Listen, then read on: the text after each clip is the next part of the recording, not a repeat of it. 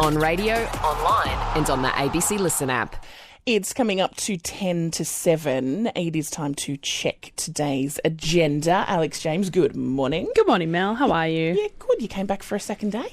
I did. You didn't roast me enough yesterday, so I've actually made it back in. It was actually very strange where you were saying to me yesterday as you were leaving, I need you to be a bit meaner to me. Apparently I was too nice to you. And there will be some people who've known me for a long time listening right now going, really? Yeah. Oh, sure, is that the same person? I don't know about that. But yeah, definitely. I feel like as I was saying to you, I work better with low expectations. If people are too nice to me, then I'm doing a bad job. You know, you're giving me too much cotton wool. So right. Gordon Ramsay me, man. Yeah. Where's the lamb sauce? Hey, look, I just want to quickly mention, I went and got my flu shot yesterday. Oh, how's your arm? Yeah, look, it's not too bad. You kind of sit back and go, oh, yeah, I'll move it sometimes. I go, oh, that's right, I had my flu shot yesterday. I had my whooping cough at the same time. You had two? Different arms. Oh, yeah, I didn't think about that. Yeah, so they just, one and give you the whooping cough in your non-dominant arm. Right. So you don't have one arm just leaning by your side for the rest of the day. And it was totally fine and all very quick. Of course, the longest part is the waiting around for 15 minutes to make sure you don't have an adverse reaction. Yeah, of course. We took it as a bit of a double date. My husband and I went along to get our vaccines together. So we just kind of sat there. To be fair, we didn't talk much. We were on our phones. But that's how dates work. I feel like once you're married, I'm not married, but from seeing my parents anyway, that's what dates are. Hey, darling, let's go for a jab. And then let's scroll on our phones. We did say yesterday that jabs are in the air. Love is in the air, jabs are in the air. I see where it's going. Sure. What's making today's agenda? Not jabs. Well, I thought that we'd firstly start off with some of the biggest news that's happening in Dubbo this weekend. The Rabbitohs and Panthers are touching down, of course.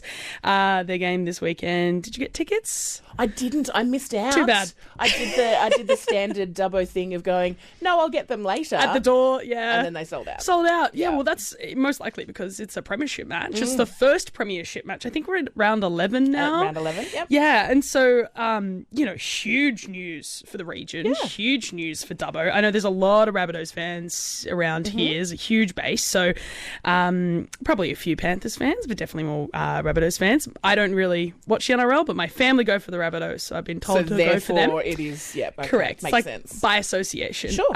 Anyway, so if you're lucky enough to have someone dropping you off, thanks, Mum, then I'll quickly tell you where you can be. There's obviously going to be some drop-off points, correct. Some road closures. Yeah. I know they've gone and done a bit of a letterbox drop to locals to let them know that what's happening. Yeah, but so if you're around the area and you haven't gotten anything, double-check your letterbox. Sure. But then you'll find out what's going on. That's it, yeah. Look, I'm not going to tell you too much about the road closures and the parking, but I'll tell you about the drop-off areas. So grab a pen. Hawthorn Street, Wingewarra and Kokoda. So Hawthorn, Wingewarra, Kokoda, that's where those three places are going to be drop-off pick-up points. But yeah, if you want to know about the road closures and the parking as well, there's specific parking areas, then you can find them on the council website. Yeah, it'll all be up there and you can find out. And also what you can and can't take in to Apex Oval and all of those sorts of things. And obviously give yourself enough time. Oh, yeah. Getting 11,000 people through the gates is going to, take a lot of time, particularly because everyone's got to check in and bits and pieces. So, of course, because I didn't even think about the QR scanning. Yeah. So we've got to make sure that all of that is happening and that everyone is calm. A lot of people are going to be really excited. Oh, absolutely. But yeah, just be calm. And particularly when you're leaving as well. Oh, that's always the worst part of leaving any event. Yeah. You get the people who get up as soon as the game starts to finish and you get the people who wait to the end of the presentation. That's right. It's like at a concert where at the final song, which is always the big one and the big finale, and everyone's like, no, I'm out of here. I got to get my car. I got to go. I know I paid $220 to see Lady Gaga, but I'm out. How important is I got to get on the train, man. Yeah, exactly. So there we go. We can find extra details on Council's website. That's it, yeah. Look, and there's heaps of exciting stuff happening around our region. Of course, after a lot of hype, Art Unlimited. Yes. It's opening tonight in Duddy-Doo. You might have been lucky enough to win some tickets that were given out. Yeah, we did that earlier this week. Yeah, which was exciting. Don't stress if you didn't, though. It's running this weekend and next weekend. You can grab tickets at the door. I don't believe you can still get tickets for tonight's opening, but it does say on the website to call if you want. So feel feel free to pick up the phone. But yeah, it looks like it's going to be a great exhibition. Over 400 photographers and artists of all kinds of mediums. Yeah. I believe there's also a workshop with Jude Fleming as well, which looks incredible. Should be good. And a lot of new entrants this year. Yes, yeah. And I think... obviously we weren't able to have it last year. Exactly, yeah. But that year off has given these creative types that chance to really maybe even tap into a different part of their brain. Oh, yeah, that's very in terms cool. of the creativity of what they're doing. But, yeah, of course, it's at Dunedoo Central School, and they, give up the hall to stage the exhibition. And their food technology students are involved as well. They do the catering for the opening night. So, nice. Yeah, really. Well, good luck to anyone tonight who's any of the food tech students tonight. Good luck. A little bit of pressure. Yeah, don't drop the plates. Unlimitednsw.com.au, you can find out all about it. It's going to be massive in Dunedoo. Now, I wanted to know, Mel, do you spend much time out in Gilgandra?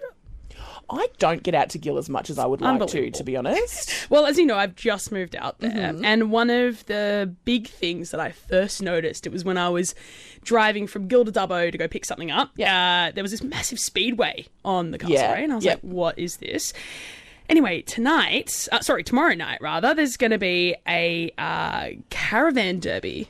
A what? Yeah, a caravan derby. So it's the final race meet at the Speedway. I looked it up online to double check because I know that. It's a caravan derby, and there's like demolition derbies which are different. Anyway, so the way that this one works is that you've got drivers towing caravans, and they race around the track. Yeah. And I believe it's whoever lasts the longest wins. Probably.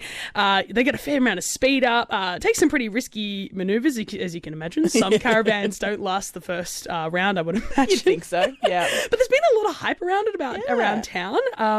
In fact, I was over in Dubbo recently, and I was talking to someone at a kitchen store. I was buying a flipper. Anyway, and I mentioned, they were like, oh, what are you doing this weekend? I was like, oh, well, I'm going to... And they were like, I haven't been to that in ages. So cool. Clearly something that is known around the area. Yeah. There's a few other races in there as well. I think the caravan derby part is one of the most exciting bits, the headliner, if you will. So, if you fancy something a little different tomorrow night before the rugby, then, it starts at 4 p.m.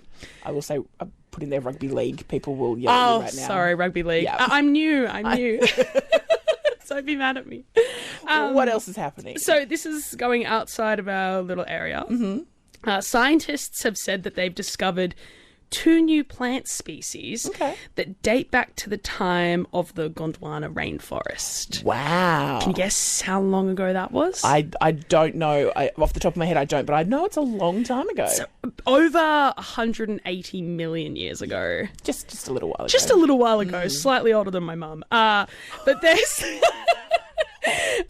there's it's an incredible discovery, absolutely amazing, and there's some concerns for these plants though, because when they've been discovered, they've been found sitting in the direct path of what's going to be the Coffs Harbour bypass on the mid-north coast, but because they've been found, obviously there's a lot of care about it within the community, etc. The environmental manager for Transport New South Wales says that they're looking into fixes that will ensure the plants and the bypass can coexist. Nice. Thank God for that. Yeah. Oh, absolutely. Now, I wanted to quickly go overseas before we come back here. So you would have heard, obviously, on the news, Israel's Prime Minister Benjamin Netanyahu was holding a security cabinet meeting to discuss the conflict with Hamas in Gaza this morning. Now, sources have said that the Israeli government was looking for a ceasefire within the meeting. So a lot of media has been reporting that there's been an approval for a ceasefire after 11 days of fighting.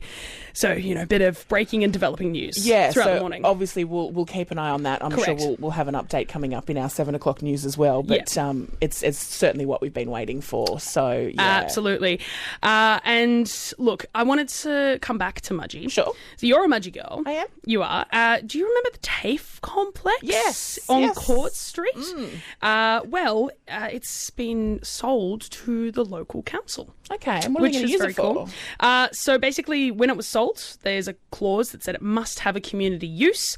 So it looks like that local community groups will be able to hold classes and etc. So, the Performing Arts Societies, Concert Band Society, all that kind of stuff. They've started putting through submissions, so... very exciting. Oh, wonderful. Yeah, some great use there for it. And it is a pretty big complex. Obviously, they moved to the new site because they were expanding and they needed more space. Yes, but that's right. I do remember there's going to be plenty of space there, and good for it to see it finally being utilised again. Oh, absolutely. And I know a lot of the societies have been saying that they're super excited that they'll have, a nice place to hold classes as well. So, as much as you got yourself, I'm sure you're very excited. No, that's very exciting. All right. Thank you, Alex, setting the agenda for today. And as we said, that breaking and developing news out of Gaza, we will find out more about it as the morning goes on. The latest from the newsroom is coming up for you in just a few seconds.